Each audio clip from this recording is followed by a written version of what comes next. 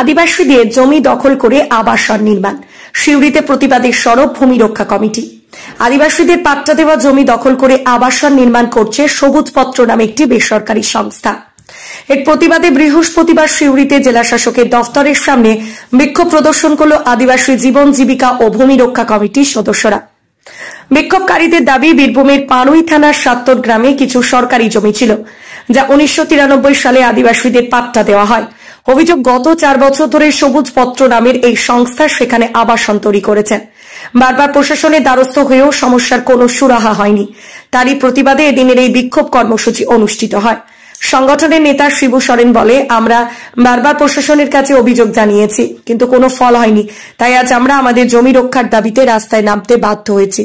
বিক্ষোভকারীরা জানান, এই জমি তাদের জীবন জীবিকা অস্তিত্বের সাথে জড়িত। প্রশাসনের দৃষ্টি আকর্ষণ করতে এবং ন্যায় বিচারের দাবি জানিয়ে তারা এই প্রতিবাদ কর্মসূচি আয়োজন করেছে।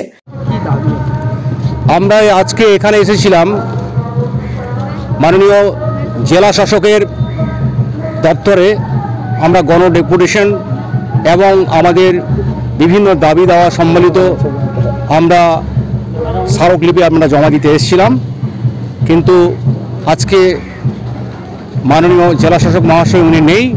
আমাদের এডিএম সাহেব, ভূমি ও ভূমি সংস্কার দপ্তর এডিএম সাহেব আমাদের স্মারকলিপি আমাদের নিলেন এবং আমাদের যে সমস্ত দাবি দেওয়া আমাদের ছিল সেটা খুব শীঘ্রই এটা ব্যবস্থা হবে।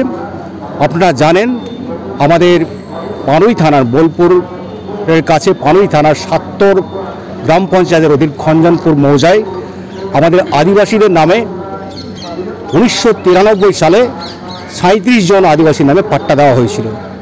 সেই পাট্টাকৃত জমি সেখানকার কিছু জমি মাফিয়া, জমি দালাল জোরপূর্বক সেখানে জমি কিন্তু হাতিয়ে নিয়েছিল এবং কিছু জনকে ভয় দেখিয়ে, মাথা কেটে নেওয়ার ভয় দেখিয়ে, কিছু জনকে অর্থের প্রলোভন দেখিয়ে সেখানকার 34.5 বিঘা জমি তারা কিন্তু হাতিয়ে নিয়েছিল এবং সেই জমি খুব সস্তায় সেখানকার জমি মাফিয়ারা সবুজ পত্র নামক একটা যে আবাসন প্রকল্প তাদের হাতে তারা তুলে দিয়েছিল এবং সেখানে বেআইনিভাবে সেখানে জমির শ্রেণী পরিবর্তন না করেই সেই সবুজ পত্র নামক যে প্রকল্প তারা কিন্তু সেখানে আবাসনের বিভিন্ন তারা গৃহ নির্মাণ তারা শুরু করেছিল। তা সেখানে ইতিমধ্যে এই 1.5 বছরের মধ্যে কিন্তু প্রায় 80% কাজ তারা সম্পূর্ণ করেছিল।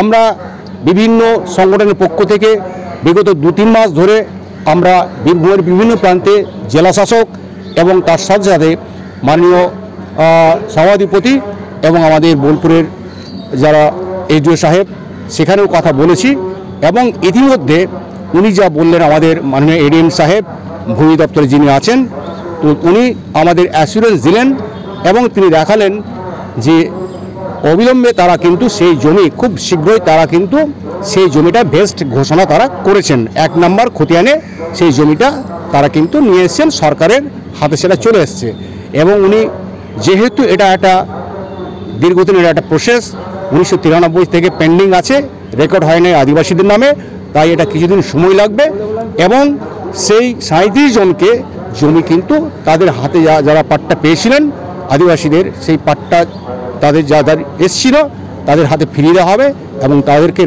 তাদের নামে রেকর্ড করিয়ে দেওয়া হবে, এই আশ্বাস দিয়েছেন এবং খুব শীঘ্রই মাসখানেকের মধ্যে এই কাজ তারা সম্পন্ন করবেন।